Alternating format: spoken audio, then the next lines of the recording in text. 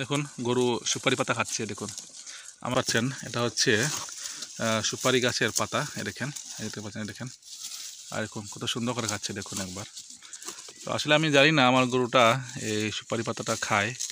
তো দেখতে পাচ্ছেন আমার এখানে সুপারি গাছ প্রচুর। দেখেন আমার বাড়ির আশেপাশে প্রচুর সুপারি গাছ আছে। দেখেন, তো এখানে সুপারি গাছটা এখানে পড়েছিল গতকালকে। তো দেখলাম গতকালকে এটা সে খাচ্ছে। তারপর ভাবলাম যে আজকে এনে দেখি কীরকম। তো দেখেন এটা একটা, এই যেখানে দুইটা, মোট দুইটা আমি সুপারি পাতা নিয়ে আসছি।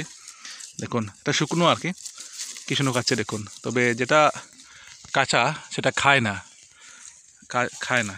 কাঁচা যেটা সেটা খায় না। তো না খাওয়ার কারণে এটা একটু সমস্যা আর কি।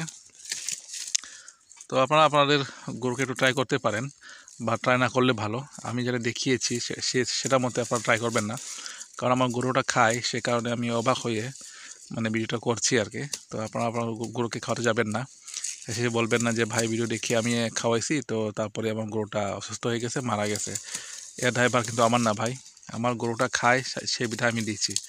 আমি জাস্ট গতকালকে আমি এখানে ছিল, এই যে এখানে সুপারি গাছ একটা আছে দেখেন, তো সে কারণে আমি খাওয়ানো আর কি। তো অবাক হচ্ছি আর কি। দেখেন, এই যে, এই দেখুন।